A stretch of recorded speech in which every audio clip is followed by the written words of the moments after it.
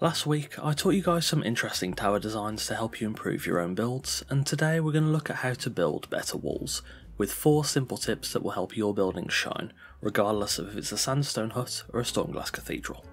So without further ado, let's get started. Firstly, we're going to start off with footers.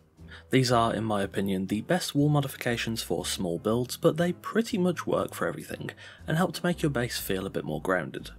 There are a couple of ways to achieve footers, but the most consistent method is by placing your foundations as close to the ground as possible without clipping, and then once you've finished building the first floor of your base, you place an extra tile of foundations surrounding the original ones, along with a designated entranceway.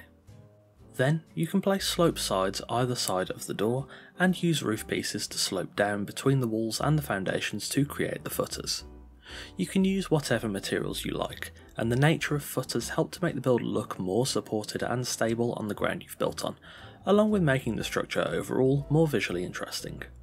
There are other ways to make footers, as I mentioned, namely hanging the roof pieces from the walls rather than on exterior foundations, but I find that method to be particularly inconsistent, especially on the corners. Footers are a great way to make any build look different from the rest, and feel a bit more complex even if it's just a small 2x2 hut. It will also protect your foundations just a bit, and it's fairly low on the material cost, making it a great budget way to make your building much more attractive. Next up, we've got buttresses. I personally feel like these work much better on larger builds, but they can also be incorporated into smaller builds if you do it right. In real life, buttresses were columns that would help to support large walls by bracing them against the ground and creating an extra layer between the defenders and the attackers.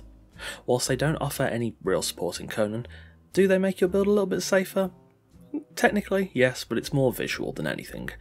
In this example, I've built a 5x5 Stormglass tower at 4 tiles high, and I've built 2 buttresses either side of the middle tile on each side of the tower, and I prefer to slope them into the cider build just underneath the roof, though you can also use them to support the roof.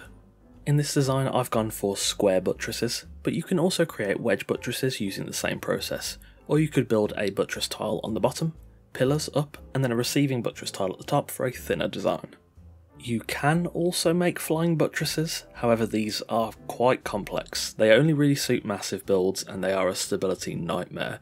I think I've heard the Pythagoras mod is pretty good for flying buttresses, but if you're in the base game or you don't have that mod, I'd personally avoid them. I always generally stay away from them. Buttresses are great for bolstering the size and complexity of your build, and are a great way to make your castles, forts or cathedrals way more intimidating. Next, Protrusion and Recession.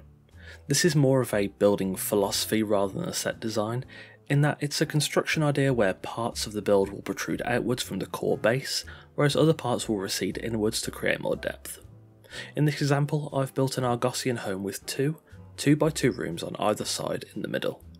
Even if I didn't end up using these rooms for anything special, having them there makes the build feel a bit more balanced from the outside rather than just having a straight rectangle, which is about as boring as you can get. Staying on the protrusion idea, I've also built a small bay window at the back of the build, with a wedged roof tapering back into the flow of the wall to smooth out the protrusion. Having these elements jutting out from the build helps to make it feel more varied. Obviously, you can go too far with this, but generally protrusion is a nice idea. Recession is the exact opposite. At the front of the build, I've built a veranda with fences and awnings, which creates a bit of extra depth and intricacy around the entrance of the build, and I've pushed the wall on the first floor back by 1 tile to create a balcony. By receding the wall back on this floor to create this small 1x4 balcony, it helps to create separation between the veranda below and the wall above that can add a bit of extra depth. Protrusion and recession is the most philosophical tip on this list, so thus it can be a bit harder to get a solid grip on, but mastery of this concept is a great way to elevate the depth factor of your builds and add quite a bit of extra complexity for very little actual effort. Finally, wall facades. This is very much a tip for bigger builds, and for the example, I've built an entrance to a Yamatai fort with a large tower on either side of the gate. This is pretty boring on its own, so I'll be using black ice to contrast against the Yamatai and create the facades. Facades allow you to build a pattern onto the wall that is almost entirely decorative, but this will help to make your build look a lot more complex. It does take a decent bit of effort and resources, So this is something I'd say maybe you should save for your single player structures, or maybe your boosted roleplay or PvE servers, but it's a great way to improve your larger builds. As you can see, I've chosen to go with an intersecting pattern that starts at the corners, comes together into the centre on the second and third tile, splits off again and then repeats. If this tower was much taller, you'd see this pattern repeated 3, 4, 5 times. There are multiple different designs you can do, and having the balance between negative and positive space is a great way to approach this.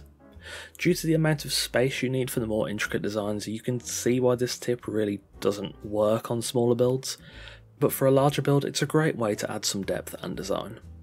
Often with these larger builds you run the risk of certain parts looking quite plain and boring up close, so having facades on your outer facing walls, especially stuff like towers which are often quite important, helps to diversify your design and make it more complex, especially if you use a facade to mount your roof like I've done here. And there we have it, 4 simple tips to help improve your wall designs. Thanks for watching. These are some pretty simple tips, but sometimes the simplest of things can make the biggest difference to your builds, and of course don't be afraid to combine some of these tips together. As always, you'll find all the links to my Twitch, Discord, Twitter, Patreon and NordVPN discounts in the description below, along with credit for the music used in this video. Don't forget to subscribe if you haven't already. I put out at least 2 videos a week, so there's always plenty of content to come. If you have any suggestions for future builds, I would love to hear them in the comments below. As always, a massive thanks to our patrons Sammy, Sir Dialot, Randar, Connor, Blue Ivy, Velma, Torn, Eagle Rose and Maril224. Again, thank you very much for watching, take care, and I'll see you soon.